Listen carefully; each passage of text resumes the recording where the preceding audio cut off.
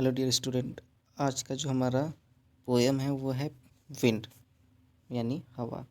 इसको लिखा है सुब्रमण्य भारती ने। वैसे तो सुब्रमण्य भारती जो एक तमिल पोएट हैं, लेकिन इसको जो इंग्लिश में ट्रांसलेट किया है उन्होंने किसने किया है? ए के रामानुजन ने इसको इंग्लिश में ट्रांसलेट किया है, जबकि पोएट जो हैं कौन है? सुब्रमण्य भारती। इन्होंने इसको तमिल में लिखा है। चलिए तो बिना किसी समय को नष्ट किए जो है हम पोएम को शुरू करते हैं। तो लिखा है, विंड कम सॉफ्टली, ए हवा धीरे धीरे आ। हवा को बोल रहा है कि ए हवा धीरे धीरे आ। Don't break the shutters of the window, खिड़कियों के जो शटर होते हैं, जो पखवाड़े होते हैं, दरवाजे होते हैं, उसको कह रहा है कि उसको मत तोड़। कह रहा है ये हवा धीरे धीरे आ, जो खिड़कियों के दरवाजे हैं उसे मत तोड़। फिर कह रहा है, don't scatters the paper, paper को मत बिखेरो। डोंट स्कैटर्स मतलब होता है बिखेरना, तो पेपर को मत बिखेरो। फिर इसके बाद बोल रहा है, don't throw down the books on the shelf. कह रहा है कि जो है थ्रो डाउन मतलब गिरा देना। कह रहा है कि जो बुक्स हैं उसको शेप मतलब अलमारी से मत गिराओ, शेप से यानी अलमारी पे से मत गिराओ। फिर कह रहा है, there look what you did, you threw them all down. देखो तुमने क्या कर दिया, तुमने सब कुछ नीचे गिरा दिया। फिर कह रहा है, you tore the pages of the book. तुमने किताब के सारे, टोर मतलब फाड़ देना, तुमने किताब के सारे पन्नों को क्या कर दिया? फाड़ दिया।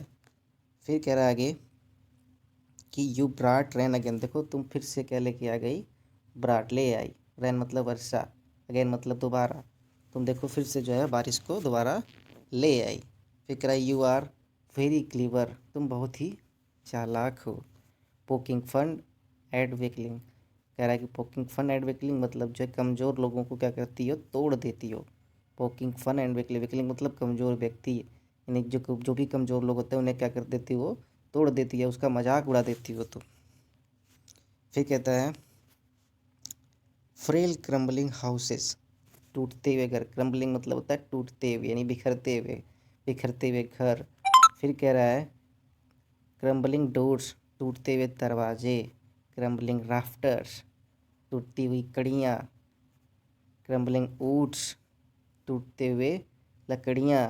क्रम्बलिंग बॉडीज़, बिखरते शरीर। क्रम्बलिंग लेव्स, बिखरते जीवन। लेव्स मतलब जीवन के बारे में कह रहा है। इसके बाद कहता है, क्रम्बलिंग हर्ट्स, टूटते हुए हृदय, टूटते हुए दिल।